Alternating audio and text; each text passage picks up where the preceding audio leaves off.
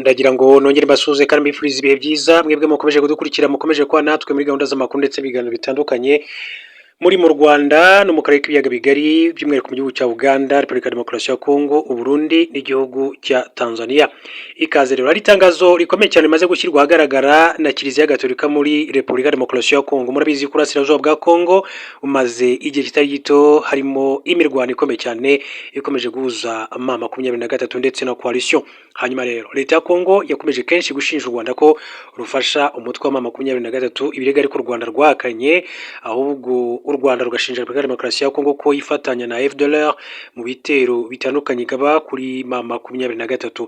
Murabizi ko hari ibitero bya drone, ibitero by'indege za Sukhoi ndetse n'ibindi bitero byifashishwamo imbunda z'imisada n'ibindi byinshi biba mu burasirazuba bwa Repubulika ya Demokarasi ya Kongo. Ariko hagati aho ngaho ku itariki ya 4 ukwezi kwa 12 umwaka ushize hari amasezerano yasinye Washington DC hagati y'u Rwanda na Repubulika ya Demokarasi ya Kongo. Trump abigizemo uruhare, perezida wa Leta Zunze Ubumwe za Amerika, ariko n'amasezerano navuga ngo ntabwo yari yatangira gutanga umusaruro, ndetse umutwe wa FDLR byaba byategetswe ko ugomba gusenywa burundu, wakomeje gukorana ku mugaragaro ndetse n'ingabo za Repubulika ya Demokarasi ya Kongo. Hanyuma rero iri ni itangazo rikomeye cyane maze gushyirwa ahagaragara na Kiliziya Gatolika muri iki gihugu cya Repubulika ya Demokarasi ya Kongo, rireba abanyarwanda bose muri rusange. Gusa mbere gato yuko ndigarukaho, hari updates cyangwa se amakuru abagezweho. Mbabwire ko muri Korea ya Ruguru mushiki wa Kim Jong Un yazamuye mu ntera. Inteko rusange y'ishyaka ry'abakozi muri Korea ya Ruguru yagize mushiki wa perezida Kim Jong Un witwa Kim Yo Jong umuyobozi mukuru wa rumwe mu nzego nkuru z'ishyaka ry'abakozi, ndetse agaragara no ku rutonde rw'abakuru bayoboye inama nkuru itegeka igihugu. Ishyaka ry'abakozi muri Korea ya Ruguru rifite inzego 17 zifite abayobozi bakuru baba bari ku rwego rwa ba minisitiri muri guverinoma. Kim Yo Jong ni umwe mu bahafi ba Kim Jong Un, bivuga ko ari we mugore uvuga rikumvikana kurusha abandi muri iki gihugu, ndetse ugira uruhare mu gushyira ku murongo ibyo perezida agaragaramo mu ruhame, umutekano we na politike mpuzamahanga.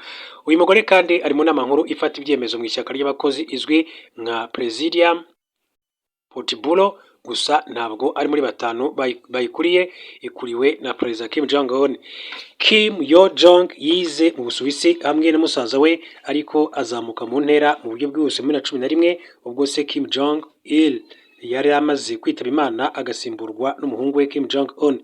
Muri 2018 yasuye Korea y'Epfo mu mikino Olympique yabereye i Pyeongchang. Hanyuma Korea ya Ruguru ikunze kandi gukoresha amatangazo yasinyeho agaragaza uruhande rw'iki gihugu cyangwa nenga politiki ya Korea y'Epfo na Amerika. Nubwo uyu mugore ari mu bahafi ba Kim Jong Un, bivuga ko umukobwa we Ju Aye ari we uzamusimbura ku butegetsi. Mu yandi makuru mu buryo bw'incamake, reka mbabwire ko Angola yinjiye byeruye mu ntambara mu burasirazuba bwa Repubulika ya Demokarasi ya Kongo.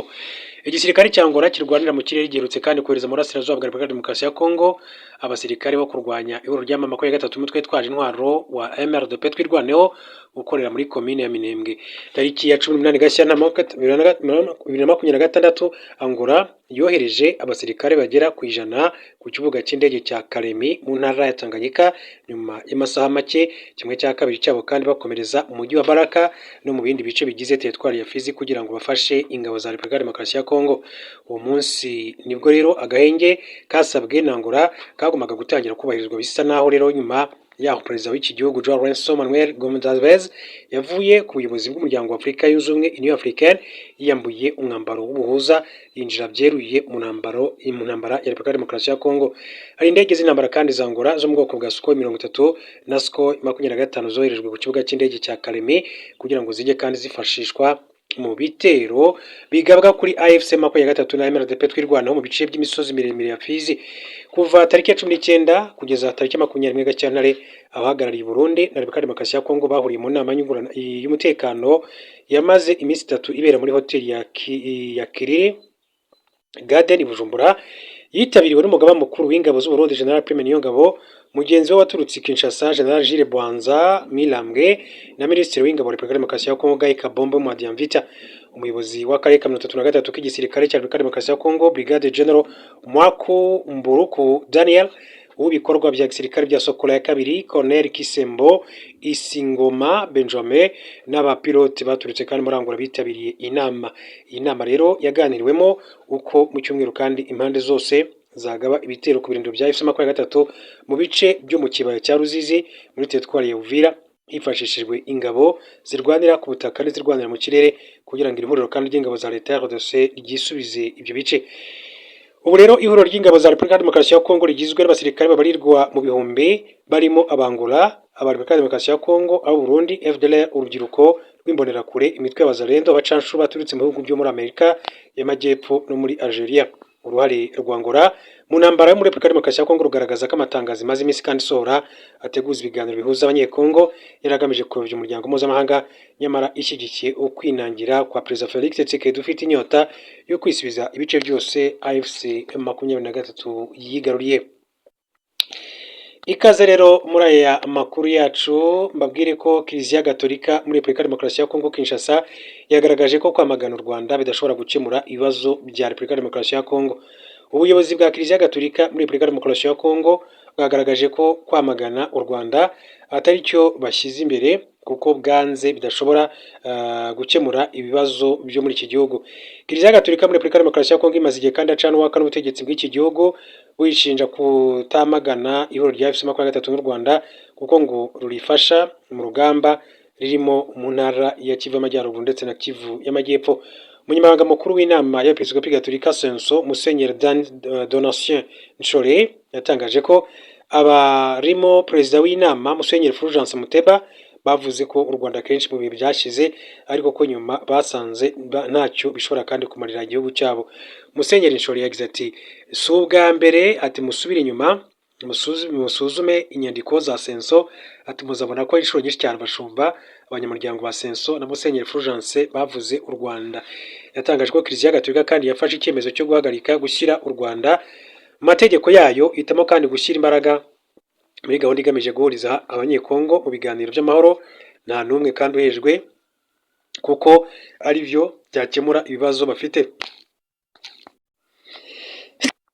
Hanyuma kandi aya makuru akomeza kugenda avuga ko ati ntibivuze ko twaceceka, ahubwo twafashe gahunda itandukanye niyo guha amahirwe ibiganiro byo ku rwego rw'igihugu. Kuva mu ntangiriro z'umwaka ushize Kiliziya Gatolika n'itorero Anglikani byateguye gahunda igamije guhuriza abanyekongo mu biganiro by'amahoro. Leta ya RDC kandi yanze gushyigikira iyi gahunda, igaragaza ko abafashe intwaro bagomba kandi guhezwa. Duhindure ingingo tuve kuri inkuru turi n'andi makuru atandukanye akomeje kugenda avugwa. Mbabwire ko Chad yafunze umupaka wihuza na Sudani.